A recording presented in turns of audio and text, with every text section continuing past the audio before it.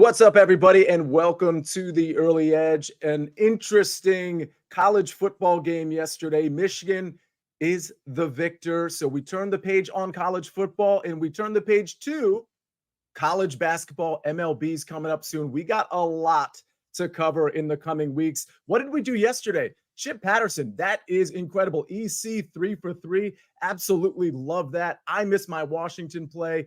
Site play gets missed, but we have a lot of green check marks here. Mike McClure, 2 for 3. Absolutely love to see that.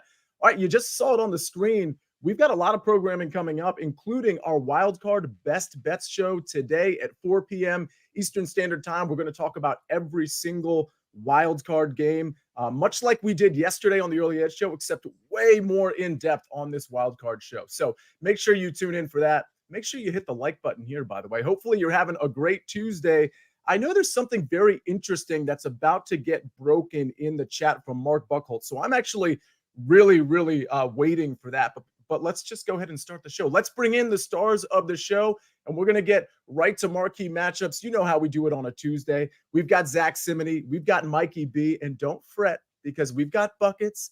We've got Griffin here too. But we're going to do the marquee matchups first, and then we're going to bring them in. Let's start in the National Basketball Association. David Talk, I see you. Japan, I see you. Chris Kish, I see you. Bradley Jacobs, Dust, love all of you being in here. Hit the like button. Thank you for being in here every single morning. Hey, we start with the T-Wolves -5.5 at the Magic. Mikey B, I'm going to start with you on this one.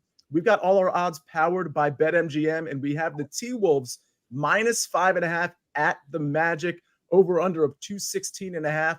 You're wearing your Bulls jersey. You have a rooting interest in this one.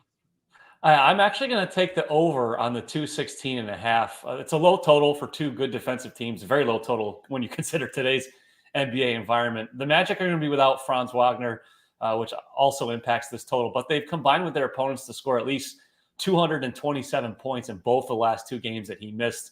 The Timberwolves have had a total of fewer than 220 points in a game 10 times this season, and they hit the over in 6 of those. So I'm going to take the over on the 216.5.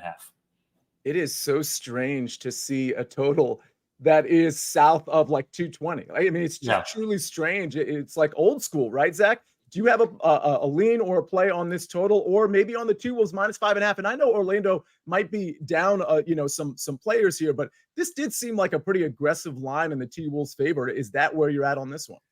Actually, I was going to go with the under on the total. It was 218, keeps going down. I almost posted on the website, but think I have a better play, more stronger play. So it's just a lean for me. Mike made some great points, but for me, I have to look at the fact that when teams travel to Orlando and they're top tier teams, Orlando has stepped up their defense. It's becoming one of the tougher places to play in the NBA. We saw them limit Milwaukee and Boston defensively in wins. And then you have to look at their schedule as well. 5th game in 7 days. 4 of those games were on their prior road trip on the West Coast. And 2 of their last 3 games have been in overtime, including a double overtime game. So for me, I'd have to look at the under, but it is a low number, so you never know.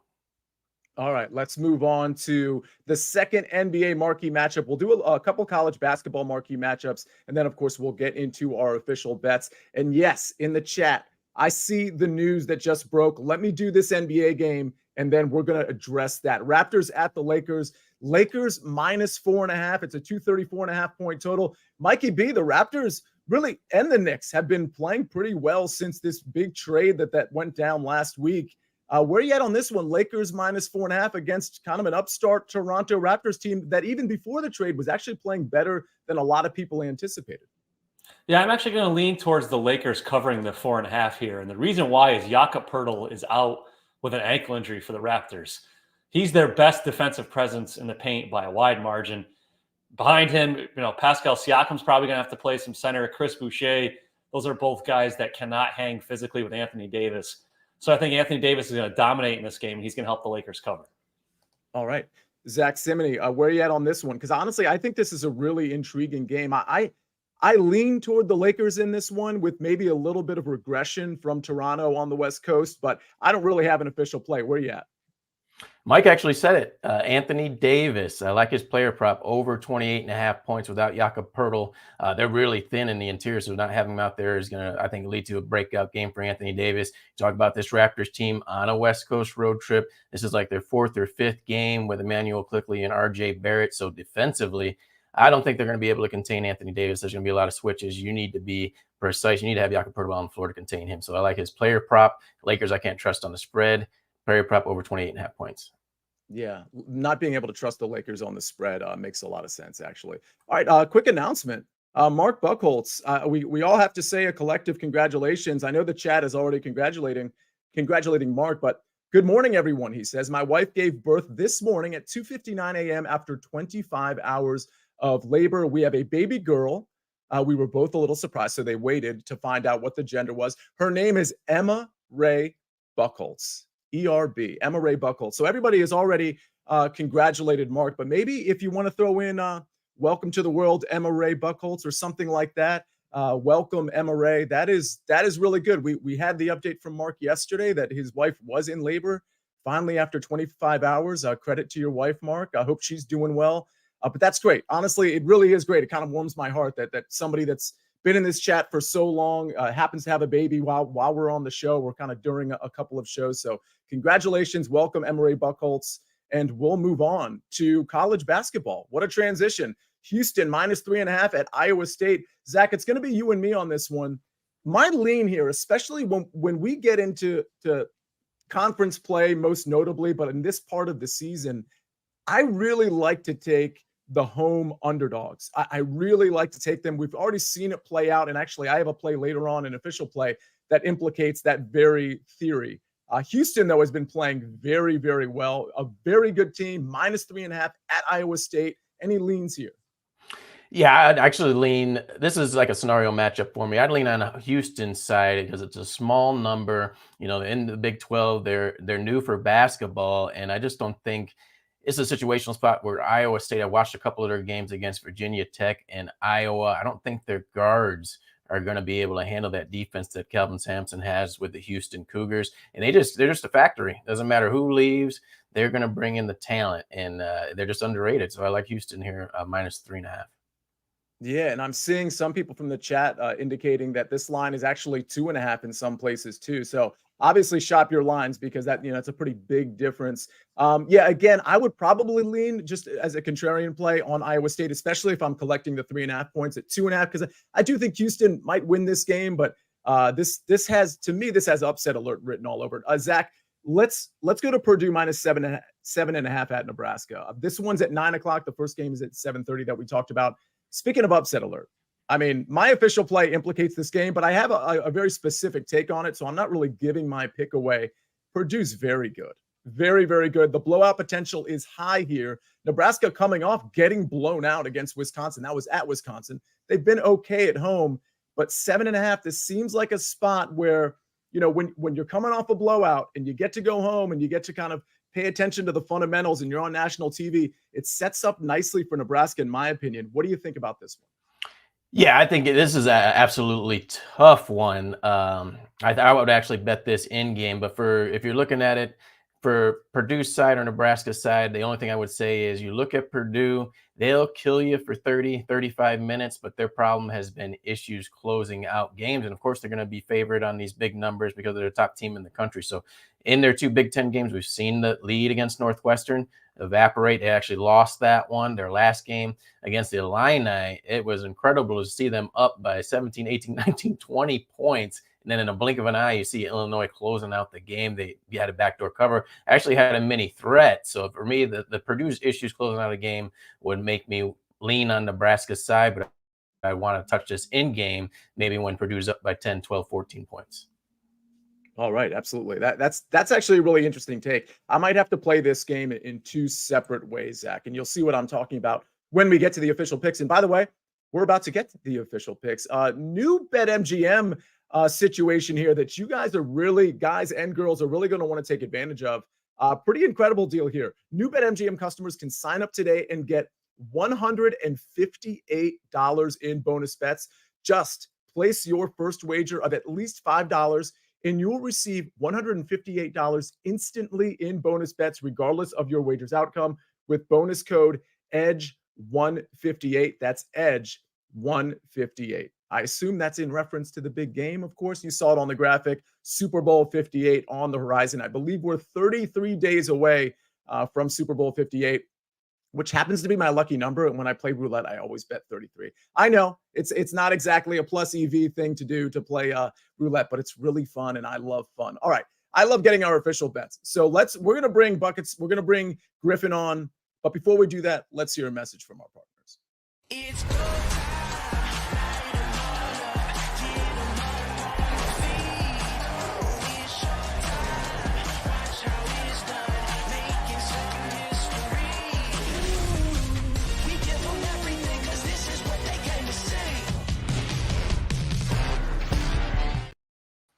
Now, if you're watching us live, you just saw that golf promotion. And I know there were some people in the chat asking about golf picks. Again, the early wedge will be back in a few weeks or a couple weeks, whenever the Farmers is. But don't worry, because just like last week, I'm going to have picks on the Sony, which is coming up on Thursday morning. It's actually Thursday afternoon because they're in Hawaii. So it's a late start time. It's primetime golf, just like we had last week. I'll have picks on this very show. Picks I'll tweet out as well. And eventually we'll have a SportsLine article with my picks cataloged there as well. But for now, Early Edge is your place to get at least my Sony Open picks. All right, Buckets is back.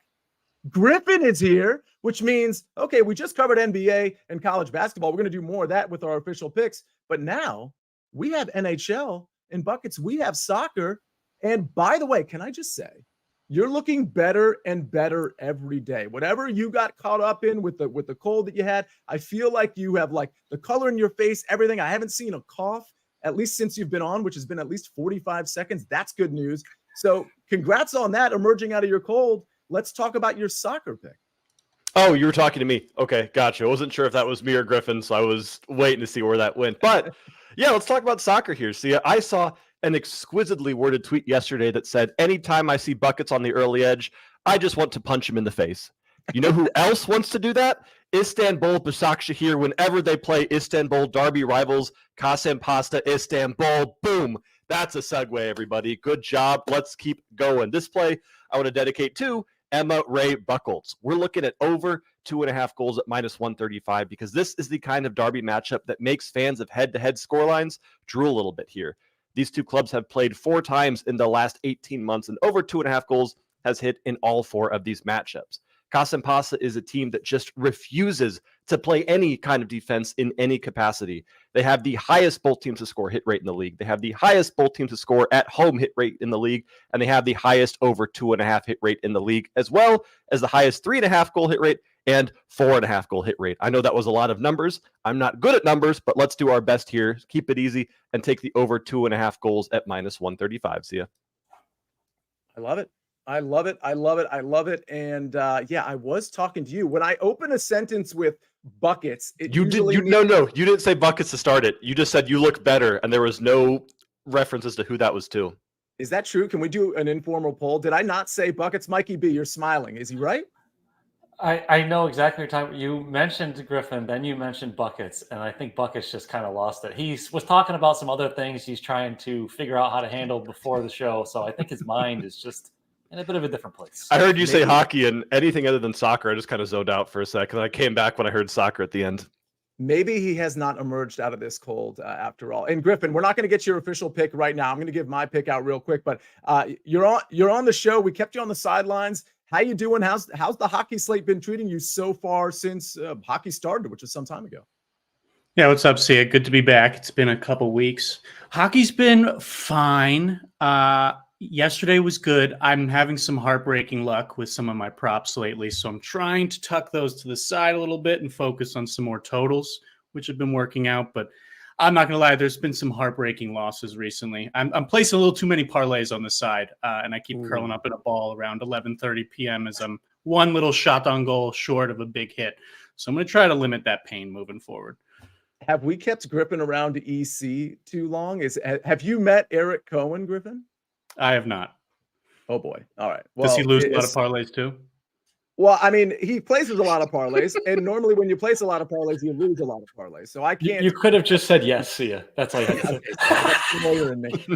The answer is yes. Thank you, Mikey B. Appreciate that. All right, let's get to my pick before we get to Zach and Griffin's pick, and then of course Mikey B's pick as well. I'm going with Nebraska first half +4. So interesting note from Zach when we broke down this game, or I should say when he broke down this game in terms of how Purdue has aggressively given up leads late in the game. So if you want to take Nebraska +7.5, this could click up to 8, by the way. By all means, I think that's a good bet too. I was certainly considering it. But the reason I'm taking the first half here is because of how Nebraska got blown out on the road. First of all, at home, they've been pretty good lately. They've beaten some decent teams. But anytime a team gets blown out on the road, and honestly, I've made some bets on account of this already this season that I've given out on the show. When they get blown out on the road and then they get to come home, even against a better opponent, they go right back to fundamentals. I think we're going to see Nebraska come out, not just because of their home crowd. I think they're going to come out really strong, really defensively sound, which their head coach talked about specifically heading into this game, that they got to shore up the defense. And again, coming off that embarrassing loss, I think we're going to see a very spirited and fundamental first half from Nebraska. It wouldn't surprise me at all if they happen to have a lead at the end of the first half. Now, are they going to win this game? Probably not. Are they going to cover? I actually think they're going to cover the full line, but I like Nebraska here +4 against the number 1 team in the nation at home coming off that loss. So that's going to be my play. It's -108. There are some books that have this at 3.5. Just wait for the 4 because it's going to click up to 4. You got the number 1 team on national television. People are going to want to bet this game, and typically they're betting the favorite, and it's already 4 in some markets. So I tend to think it's going to rise to 4 as a first half play. But most books, I think at least half the books I saw have this at 4 already. All right, so I'm on Nebraska first half. That's a 9 o'clock game tonight, again, on national television. Let's hit that, and let's hit Zach's pick. But before we do that, let's hear one more quick message from our partners. Like a flying arrow. You with me? Absolutely on the money. Full speed here. We're racing. Oh, that was tight. Gotta go. And we are on. Let's gotta get to the finish line here, guys. And now the party can really begin. Well done, guys.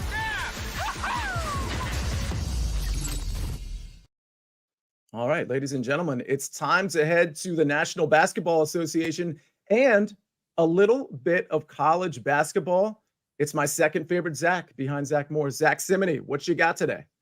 All right, I went with a little 1-1 today, 1 in college basketball, 1 in the NBA. Let's start off with college basketball. BYU +4 against Baylor. I like this number. I posted it last night, was 3.5. I do think it's going to end up coming back down, but these are just two teams that are coming off a bit of a struggle. Baylor had to go to overtime in their last game to beat Oklahoma State. Sometimes when you see a team sneak by and get a win, those issues rear their head in the next game, especially when you're at home, a ranked team. They're facing a BYU team that's going to be hungry because they're in their first Big 12 basketball game. They lost outright against Cincinnati, but it was a game they just shot poorly, not the typical way that the Cougars shoot the basketball, 32% from the field. That was with Trevin Knell scoring almost half their points. He scored 27 of their 60 points. I think they're going to bounce back tonight. They're going to shoot much better and challenge this Baylor team, grab them +4. Then out in the NBA, big number here, Sacramento Kings -11 against the Detroit Pistons. We're seeing the Pistons start to lose again, and I don't think you should be afraid to lay the number here. This is the Kings team that had a poor New Year's 4-game homestand in terms of ATS, almost went 0-4. Their only cover was by a half point against the Toronto Raptors, lost outright against the Hornets and Pelicans, and then they were challenged, at least Mike Brown, their coach, was challenged by the Kings media post-game after that Pelicans blowout for the second time in a blowout. None of their star players were at the podium. Only one player was there. It was a bench player. So that's big in my opinion. I think the team's going to come out, getting on the road is going to help them against the Pistons team that over their last 4 games are giving up 134 points per game. Big effort from the Kings tonight, late -11. All right, we got the Kings. We got BYU. Absolutely love it, Zach. It's time to go to Griffin Carroll. Sorry, Griffin, I was intoxicated by your picks. I was looking to see. It looks like you have a prop and a team total, and I love the plus money behind the prop. So it's time to transition to you and a little bit of NHL, which this chat has been craving. So the floor is yours, my friend. Sure. So first play is relatively simple. I'm going William Nylander on Toronto to score a goal at +105. I am just going to do a half unit on this. I think goal scorer props are best at a lower stake, but there's a lot to like here, and I think it starts with what happened yesterday. Nylander signed the richest contract in Maple Leafs history, and I think he's going to come out tonight and show why. And it certainly helps. He's playing the Sharks, who allow the second most goals per game on the road. And they just played 3 days ago, and this guy scored twice. So I feel pretty reasonable just asking for one today. And I'll just keep it going into my second play, which is Winnipeg Jets over 3.5 goals at -128. This includes OT and a shootout win if necessary. So just be mindful of that. So this one's also kind of simple. Two teams that are just moving in different directions here with Winnipeg and Columbus. The Jets have been on absolute fire since the beginning of December, 14-1-2. And as you might imagine, their offense is a big reason why. They're averaging almost 4.5 goals per game at home in this stretch. They've hit 4 in 5 of 6. They're shooting solid. Their power play has also been pretty steady. And on the flip side, Columbus, they have allowed 4 goals or more in 9 of their last 12. They've lost 6 of their last 8. They're allowing the most shots on goal per game on the road over the last month. And their penalty kill is second worst in the league over the last 20 days. So that is just a beautiful convergence to me. I think Winnipeg's going to find plenty of offense. So I just went to their team total. I love it. I love the phrase "beautiful convergence." By the way, that sounds like a novel or movie title. Ben Horner says narrative play after he got the bag. Love it. We always love a narrative play. So Griffin, thank you for that. Mikey B, it's your turn. Speaking of props, you got a couple props in the NBA like you always do. You always crush it. Let's see what you got this time. All right, both are from the Pistons-Kings game. First, we're going to do Jaden Ivey over 15.5 points at -120. Big news here, Cade Cunningham out for the Pistons. With Cunningham out most of last season, Ivey averaged 16.3 points per game. His usage rate was 3 percentage points higher than it is this season. What I like this season, he's been more efficient, shooting 45.6% from the field, which is 4 percentage points higher than last season. Both these teams are in the top 11 in the league of pace of play, so we think Ivey here has one of his better performances of the season. And we're going to take Killian Hayes over 8.5 rebounds and assists.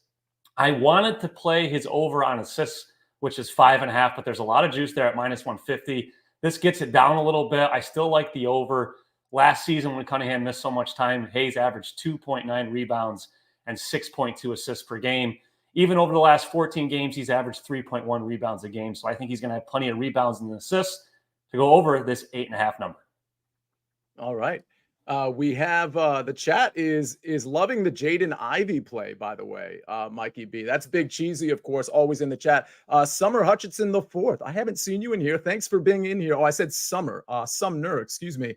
And then Chris Kish says, how does Sia not have a segment called Narrative Street? Chris, you might remember from the first cut, I kind of did have the Strokes Gain narrative segment. Maybe I need to bring that to SportsLine in the early edge because there's nothing more fun than a narrative segment. Also, nothing more fun than cashing bets. Let's see the recap screen real quick. We've got buckets with a soccer play where he wasn't paying attention to me, and I wasn't paying attention to how to pronounce these. So let me give it a shot. Kasimpasa and Bakashir over 2.5 at -135. I got Nebraska first half +4. I also like them on the game +7.5. That might tick up to +8. Mikey B, Jaden Ivey over 15.5 points. Killian Hayes over 8.5 rebounds and assists. Zach is on the Kings -11 at Detroit, and BYU +4. Griffin Carroll, Nylander goal +105. Jets team total over 3.5. Ladies and gentlemen, that was a show packed full of marquee matchups and packed full of picks. We bring it to you every single morning at 10 a.m. Thank you for being in the chat. That's all for today, though, folks. Don't forget about the Wild Card show at 4 p.m. Eastern Standard Time today. On behalf of Griffin Carroll, Mikey B, Zack Cimini, Buckets, Jake the Snake on the 1s and 2s and 9s and 10s. And oh yeah, on behalf of Emma Ray Buckholtz, welcome to the world. I am the counselor. This is the Early Edge, and we rest our case.